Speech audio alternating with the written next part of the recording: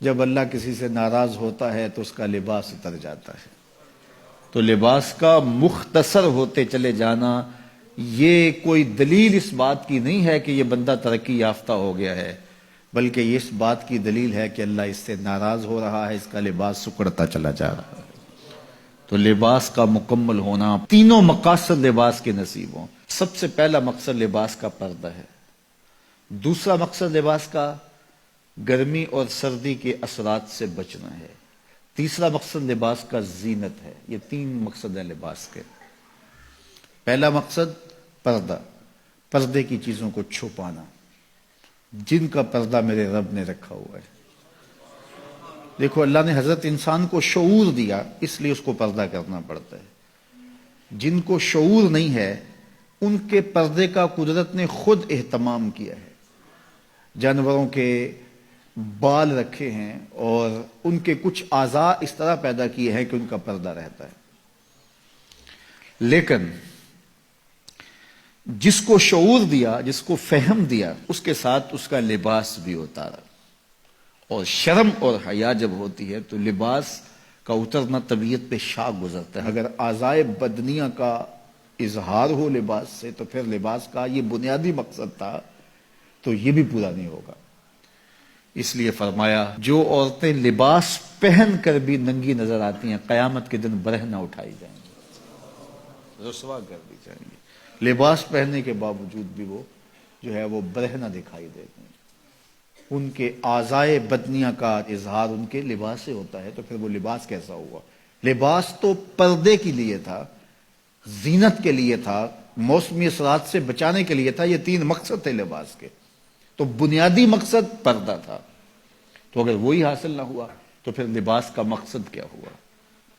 تو یہ بات ذہن میں رکھیے گا کہ جب کسی بھی معاشرت میں ان کا لباس سمٹتا ہے تو پھر معاشرے کے اندر جو ہے وہ بے حیائی پھیلتی. آج کل یہ شارٹس پہننے کی عادت ہو گئی ہے اور اس میں یہ گھٹنے بھی ننگے ہوتے ہیں، جبکہ گھٹنا شامل ہے آپ کے پردے میں، آپ کے سطر میں. مرد کا سطر گھٹنے سے لے کے ناف تک ہے. اگر کسی مجبوری سے یا کسی وجہ سے وہ کوئی ایسا لباس پہنتا بھی ہے تو وہ اپنے گھٹنوں کو ننگا نہیں رکھے گا اور ننگا نہیں ہونے دے گا. تو یہ اس کے پردے میں شامل ہیں.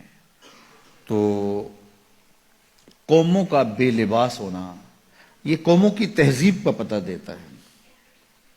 میں وہاں اندلس میں گیا تو کرتبہ میں اور غرناطہ میں تاریخ دیکھنے کے لیے میں 2 دفعہ گیا اور مجھے یہ تھا کہ میں جہاں مسلمانوں نے ایک مدت تک حکومت کی ہے ان مناظر کو اپنی آنکھوں سے دیکھوں. تو غرناطہ میں بھی دیکھا اور کرتبہ میں بھی یہ دیکھا کہ ان کے پرانے مکانوں کا جو طرز تعمیر ہے وہ یہ ہے کہ ان کی جو کھڑکیاں ہیں وہ قد آدم سے اوپر شروع ہوتی ہیں.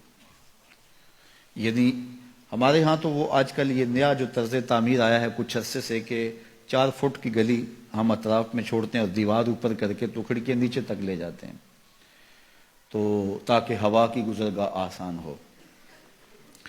اور جب یہ گلی چھوڑنے کا رواج نہیں تھا تو جو گھر کے کمرے کی کھڑکی ہوتی تھی یا صحن کی کھڑکی ہوتی تھی وہ ڈائریکٹ گلی میں کھلتی تھی.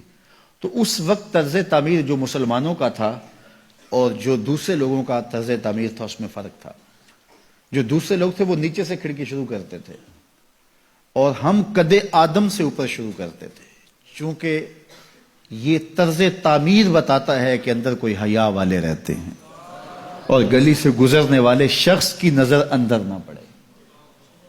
تو میں نے دیکھا ہے کہ مغرب کے اندر تو یہ تصور نہیں ہے کہ قد آدم پہ کھڑکیاں ہوں، لیکن وہاں قد آدم پہ پرانے مکانوں کی کھڑکیاں دیکھی ہیں. تو یہ طرز تعمیر بتاتا ہے کہ مسلمانوں کے خمیر میں حیا رکھا ہے. میرے حضور نے سچ کہا تھا جب ایمان آتا ہے تو حیا آتا ہے، جب حیا رخصت ہوتا ہے تو ایمان بھی رخصت ہو جاتا ہے.